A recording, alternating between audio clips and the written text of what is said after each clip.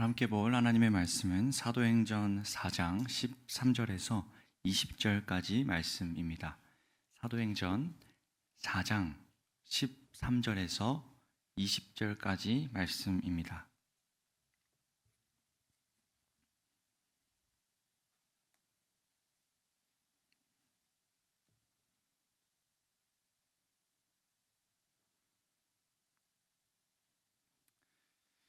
제가 한 절, 여러분들이 한 절 번갈아 가면서 교독하도록 하겠습니다. 그들은 베드로와 요한이 본래 배운 것이 없는 보잘것없는 사람인 줄 알았는데 이렇게 담대하게 말하는 것을 보고 놀랐다. 그리고 그들은 그 두 사람이 예수와 함께 다녔다는 사실을 알았지만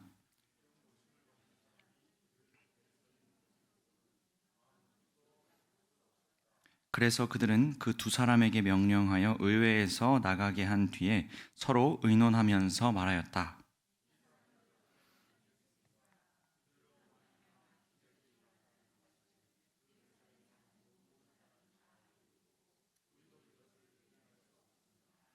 다만 이 소문이 사람들에게 더 퍼지지 못하게 앞으로는 이 이름으로 아무에게도 말하지 말라고 그들에게 엄중히 경고합시다.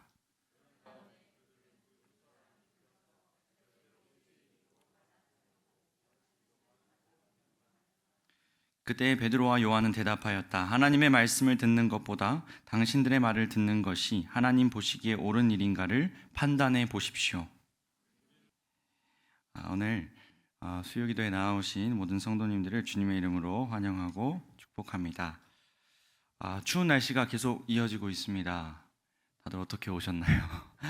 네, 제가 어제 그저께 교역자 수련회를 강릉으로 다녀왔는데요. 전 당연히 살면서 한 번도 강릉이 덜 추울 거란 생각을 못 해봤는데 네, 강릉이 훨씬 따뜻하더라고요. 용인이 제일 추운 것 같습니다. 네, 이 추운 날씨에도 다들 건강 유의하시고 안전하게 잘 지내셨으면 좋겠습니다. 오늘은 이 눈치라는 제목으로 함께 말씀 보도록 하겠습니다. 네, 여러분은 오늘 제목처럼 이 눈치를 좀 보면서 살아가는 편이신가요? 아니면 눈치 같은 건 모르겠고 그냥 내가 살고 싶은 대로 이렇게 사는 편이신가요? 다들 뒤에 웃으시는 걸 보니까 눈치를 별로 안 보시는 것 같은데 요즘 이 눈치라는 단어가 조금 부정적으로 많이 쓰이는 것 같습니다. 직장에서 눈치를 보고 또 가정에서도 눈치를 보고 또 주변 사람들의 눈치를 보고 교회에서도 눈치를 보고 그것이 그닥 반갑거나 좋은 일이라고 생각이 들지 않는 단어인 것 같습니다. 오히려 뭔가 조금 위축되는 것 같고 좀 비굴한 것 같기도 한 느낌이 든다는 것이죠. 그런데 여러분 요즘 그렇게 쓰이고 있긴 하지만 사실 이 눈치라는 단어, 그 단어가 원래 가지는 의미는 부정적이지는 않습니다. 그 뜻을 찾아보면 남의 마음을 그때그때 상황으로 미루어 알아차리는 힘이라는 뜻입니다. 남의 마음을 빠르게 알아차리는 힘이라는 것이죠. 그래서 이 공동체에서 남의 마음을 잘 알아차리는 이 눈치가 있다는 건 사실 미덕과도 같습니다. 우리는 모두 어느 정도 눈치가 필요하다라는 겁니다. 그래서 이제 눈치가 없다라는 말이 거기서 온 것 같은데요. 오늘은 이 눈치라는 개념을 우리의 신앙으로 좀 가져와서 하나님과의 관계에서 한번 생각해 보고 싶습니다. 여러분은 하나님의 눈치는 얼마나 보면서 살고 계십니까? 조금 전에 말했던 걸 풀어서 설명해 본다면 하나님의 마음을 얼마나 알아차리고 또 생각하면서 살아가고 계십니까? 오늘 함께 볼 말씀은 사도행전 말씀입니다. 사도행전은 예수님께서 하늘 위로 올라가신 후에 남겨진 제자들이 어떻게 교회를 세우고 또 하나님의 나라를 어떻게 이루어가는지 보여주는 책입니다. 특별히 예수님을 믿었던 초대 그리스도인들이 어떤 삶을 살아갔는지를 우리에게 보여주고 있습니다. 그리고 그렇다면 우리는 똑같은 그리스도인으로서 변질되지 않고 어떻게 살아가야 하는지를 다시 보여주고 있기도 합니다. 오늘도 그 맥락에서 사도행전 3장과 4장 말씀을 함께 보려고 합니다. 예수님을 믿는 그리스도인들의 삶이 어떠했는지 총 3가지로 나누어서 보도록 하겠습니다. 첫 번째는 그리스도인들은 예수님을 주목했습니다. 오늘 읽진 않았지만요, 사도행전 3장 말씀을 보면 예수님의 제자이자 사도였던 베드로와 요한이 기도 시간이 되어서 성전에 올라가는 일이 기록되어 있습니다. 그곳에서 태어나면서부터 걷지 못하는 한 사람을 마주하게 됩니다. 베드로와 요한은 그냥 지나치지 않고 그 사람을 만나고 대화하기 시작하는데요, 그 말씀을 한번 같이 읽어보겠습니다. 베드로가 말하기를 은과 금은 내게 없으나 내게 있는 것을 그대에게 주니 나사렛 예수 그리스도의 이름으로 일어나 걸으시오 하고 그의 오른손을 잡아 일으켰다. 그는 즉시 다리와 발목에 힘을 얻어서 벌떡 일어나서 걸었다. 그는 걷기도 하고 뛰기도 하며 하나님을 찬양하면서 그들과 함께 성전으로 들어갔다. 베드로와 요한은 걷지 못하는 사람의 다리를 고쳐줍니다. 그리고 이 고쳐주는 일을 많은 사람이 성전 앞에서 목격하게 됩니다. 평생 걷지 못했던 사람이 걷게 되니까 얼마나 놀라운 일입니까? 수많은 사람들이 그것을 보고 놀라면서 베드로와 요한을 신기하게 쳐다보기 시작합니다. 이때 베드로가 몰려든 사람들에게 이렇게 말합니다. 베드로가 그 사람들을 보고 그들에게 말하였다. 이스라엘 동포 여러분, 어찌하여 이 일을 이상하게 여깁니까? 또 어찌하여 여러분은 우리가 우리의 능력이나 경건으로 이 사람을 걷게 하긴 한 것처럼 우리를 바라봅니까? 베드로는 사람들이 자기를 주목하는 것을 이해할 수가 없었습니다. 이 사람을 걷게 한 것이 베드로 자신의 능력이 아니라 주께서 하신 일인데 어찌 자기를 주목하냐라고 하는 것이죠. 왜 마치 자신이 행한 것처럼 자신을 이상하게 쳐다보고 있냐라는 겁니다. 그러면서 베드로가 사람들에게 설교를 하기 시작하는데요, 무슨 설교를 했을까요? 맞습니다. 베드로는 예수님에 대해서 설교하기 시작합니다. 그곳에 몰린 수많은 사람들에게 예수님이 누구인지 소개하고 예수의 복음을 전하기 시작합니다. 왜냐하면요, 못 걷는 그 사람을 걷게 하신 것은 베드로가 한 일이 아니라 바로 그 예수께서 하신 일이기 때문이었습니다. 그래서 자신을 주목하지 못하게 하고 예수님을 주목하게 합니다. 기적이 일어난 후에 베드로는 그 스포트라이트가 예수님을 향하게 한다라는 것이죠.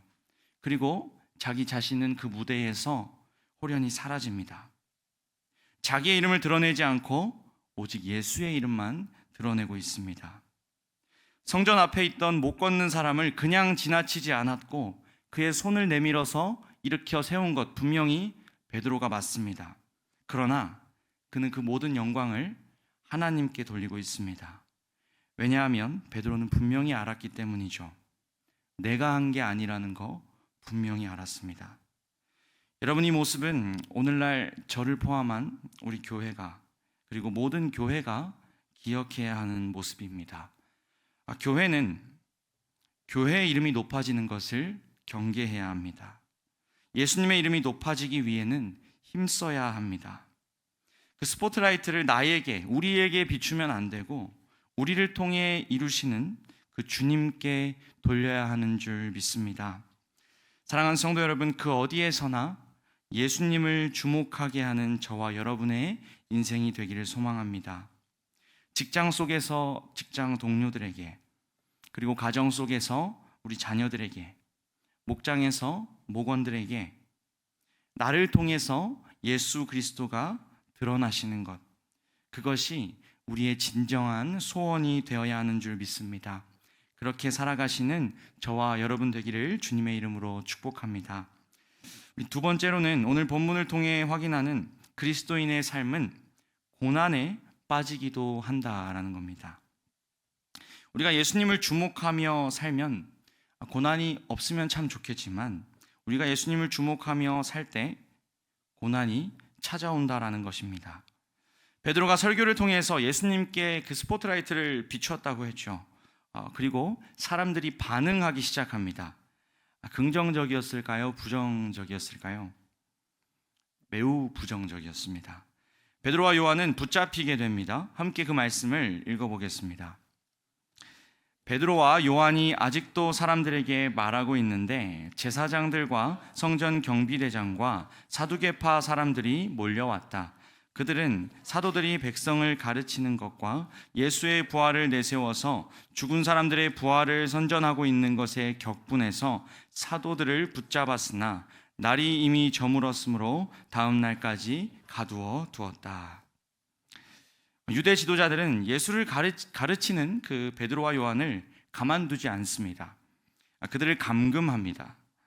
예수의 메시지가 자신들의 신앙과 이 공동체를 무너뜨린다고 생각하면서 극도로 분노합니다. 그렇게 감금이 되고 이튿날 유대 지도자들이 한 곳에 모입니다.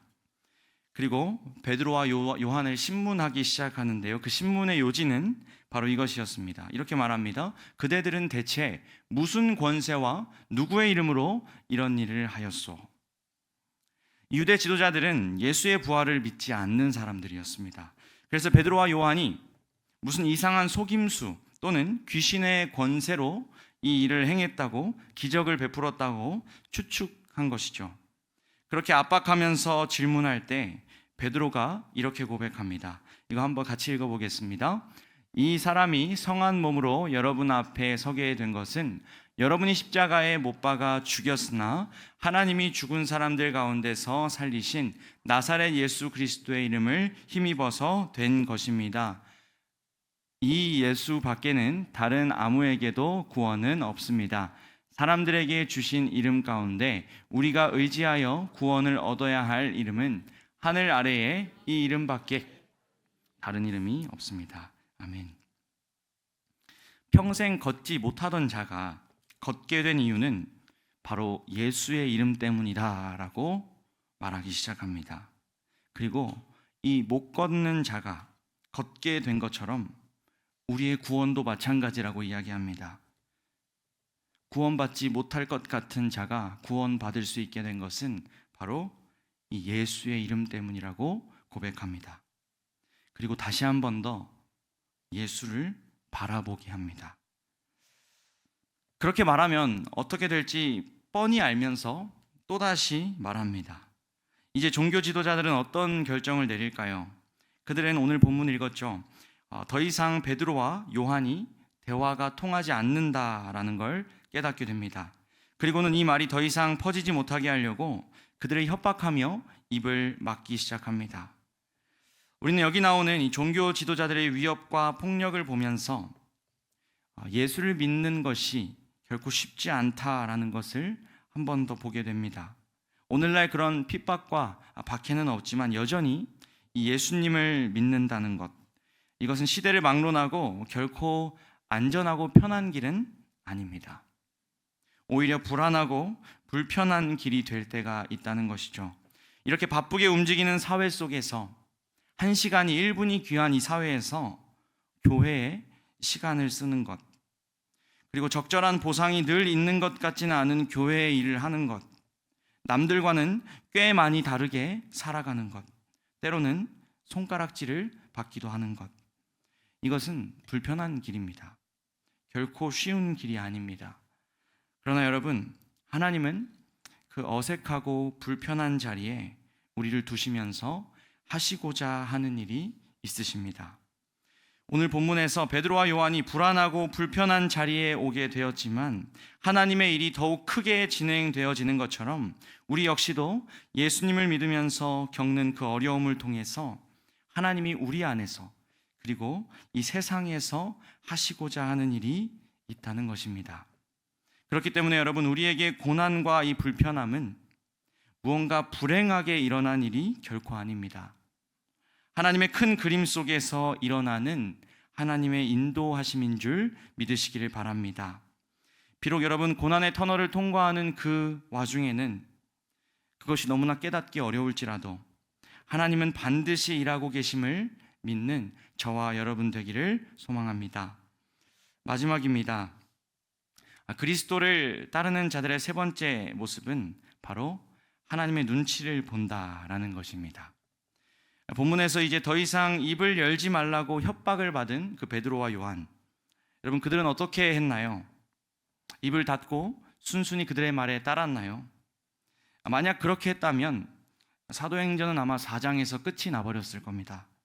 그러나 하나님은 그들에게 더욱 담대한 믿음을 허락하여 주셨고 그 상황 속에서도 옳은 길을 걷게 하십니다. 함께 19절과 20절 말씀을 읽겠습니다. 그때에 베드로와 요한은 대답하였다. 하나님의 말씀을 듣는 것보다 당신들의 말을 듣는 것이 하나님 보시기에 옳은 일인가를 판단해 보십시오. 우리는 보고 들은 것을 말하지 않을 수 없습니다. 아멘. 베드로와 요한은 하나님의 눈치를 봅니다. 여러분이 눈치라는 말의 아까 의미가 남의 마음이나 뜻을 그때그때 상황으로 얼른 알아차리는 것이라고 했습니다. 베드로와 요한은 지금 자신들의 그 상황 속에서 하나님의 마음과 하나님의 뜻을 알아차리고 하나님의 눈치를 봅니다. 반대로 종교 지도자들, 사람들의 눈치를 보지 않습니다. 그리고 말합니다. 우리가 너희의 말을 듣는 것이 옳겠느냐? 하나님의 말을 듣는 것이 옳겠느냐? 당연히 하나님이다. 우리는 하나님께 순종한다라고 고백합니다. 5장에서도 비슷한 일이 일어날 때 사도들은 이렇게 고백합니다. 베드로와 사도들이 대답하였다. 사람에게 복종하는 것보다 하나님께 복종하는 것이 마땅합니다. 아멘. 여러분 한번 고민해 보았으면 좋겠습니다. 과연 우리는 오늘날 이 하나님의 눈치를 얼마나 보면서 살아가고 있을까요? 제가 계속 눈치 하는데요. 이 눈치라는 말이 조금 어색하게 들린다면 우리 모두가 잘 아는 비슷한 의미를 가진 멋진 단어가 하나 있습니다. 바로 코람데오죠. 여러분 오늘 하루 코람데오 하나님 앞에서 잘 살고 계셨습니까? 아니면 하나님 앞에서가 아니라 사람들의 눈치를 보며 사람들 앞에서 살아가고 계시진 않았습니까? 오늘날 시대를 보면 점점 더 극단의 개인주의로 향하고 있다는 생각을 합니다. 특히나 여기 계신 분들의 자녀 세대는 이제 말할 것도 없습니다. 자기 중심적이고 눈치 보는 걸 극도로 싫어합니다. 굶었으면 굶었지 눈치는 안 보고 살아간다. 약간 이런 마음인 것 같습니다. 이 개인주의적인 현상 모두 다 그것이 나쁘다고만은 할 수 없을 것 같습니다. 그러나 확실한 부작용이 있습니다. 이 자기 중심성을 가지고 그 어떤 통제와 그 어떤 간섭도 거부한다라는 겁니다. 여러분 조언이나 충고 이런 단어가 이제는 완전히 부정적인 단어, 듣기 싫은 단어가 되어버렸습니다. 그리고 이러한 시대적인 분위기는 오늘날 우리의 신앙에도 영향을 미치고 있습니다. 그 어떤 사람의 말도 듣고 싶지 않고 내 마음대로 하고자 하는 그 모습이 이제는 하나님의 눈치도 보고 싶지 않은 결과를 가져왔습니다. 하나님을 믿는다고 하고 교회 생활을 한다고 하지만 그 어떤 자기만의 선을 정해놓고 그 어느 누구도 또 그 어떤 분도 그 어떤 하나님도 간섭받고 싶어 하지 않아 하는 것이죠. 그 누구의 눈치 보기도 거부하면서 하나님의 눈치를 보기까지 거부하는 것, 그것이 오늘 우리의 모습은 아닌지 한번 돌아봐야 할 것 같습니다. 사랑하는 성도 여러분, 하나님의 눈치를 보며 하나님 앞에서 살아가는 저와 여러분 되시기를 주님의 이름으로 축복합니다. 말씀을 맺겠습니다. 오늘 말씀을 통해서 예수님을 만나고 복음을 전하는 베드로와 요한을 보았습니다.